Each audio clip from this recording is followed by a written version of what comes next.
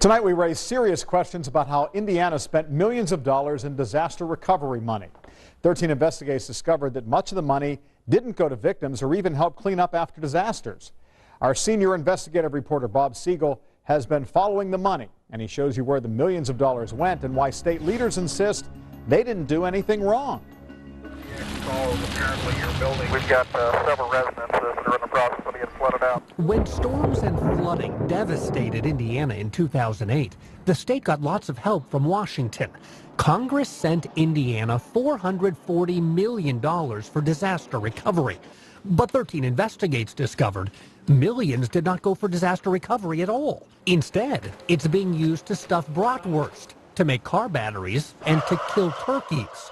Indiana gave out $20 million in disaster recovery money to private companies that were not even affected by the disasters. We felt that was Congress's intent, and so that's what we did. David Terrell is executive director of OKRA, the Office of Community and Rural Affairs. This is the state agency that got Indiana's disaster recovery money and decided how to spend it. OKRA dedicated a big portion of the money for community projects, like repairing levees, installing storm drains, and removing debris left behind by widespread flooding. At the same time, it decided to set aside $20 million in disaster recovery money to help the state's struggling economy.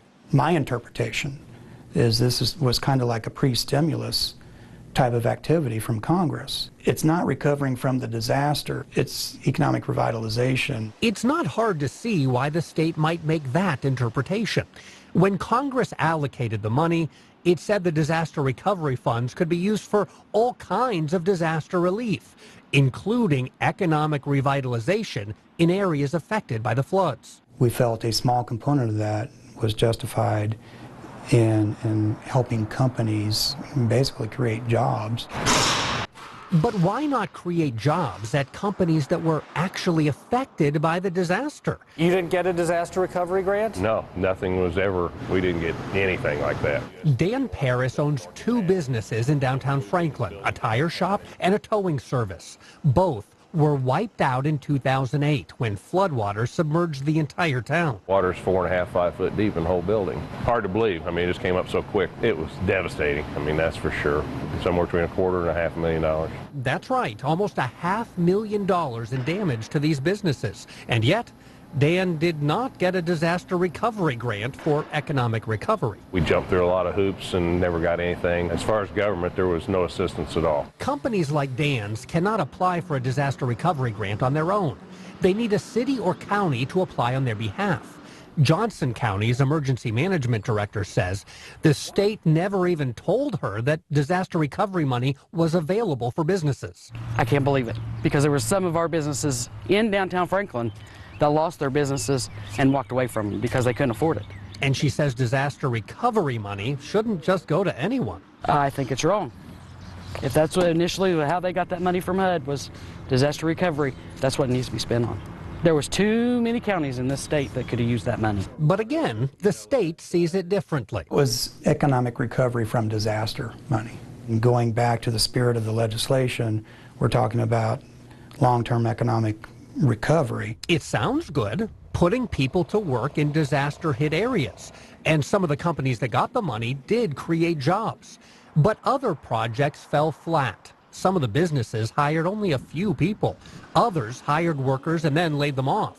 And at least one company took the money and ran. It just ended up in some guy's pocket, and then he just took off. Yes, there's a big chunk of it that's unaccounted for. The mayor of Portland, Indiana, says Geisman Industries promised to bring at least 50 jobs to this old factory.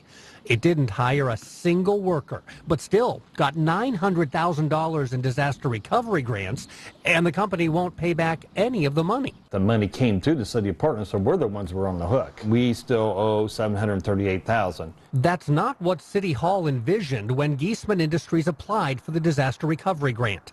According to notes from a city council meeting, it was supposed to be free money with very little strings attached. At least that's what city leaders were told. OKRA didn't notice that before it handed over all the money. Do you see this as free money, no strings attached? Absolutely not. And I think it's very unfortunate that it was said that way. It is the community that is paying that cost. But the state says overall, the disaster recovery program has still paid off. I think there have been over 900 jobs created. I think that's a great success story. It's certainly a success for the companies that got millions in disaster grants to pay for free equipment, like this sausage stuffer for a meat processing company in southern Indiana. I was very elated that we got it. It really keeps the family-owned business doors open. But don't tell that to the companies that were drowned by the floods. That's just not right, because there's a lot of Johnson County companies that were hurt. In counties like this one, where the flooding was among the worst in the state, not a single company got a disaster recovery grant.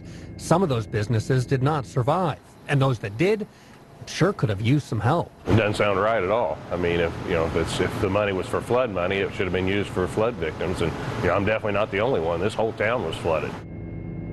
The Office of Community and Rural Affairs admits it did not reach out to any businesses actually affected by the 2008 floods. It says companies that want grant money have to come to the state, not the other way around.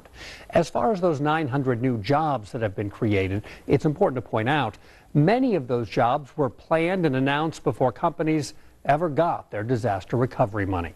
I'm Bob Siegel, Channel 13 Eyewitness News.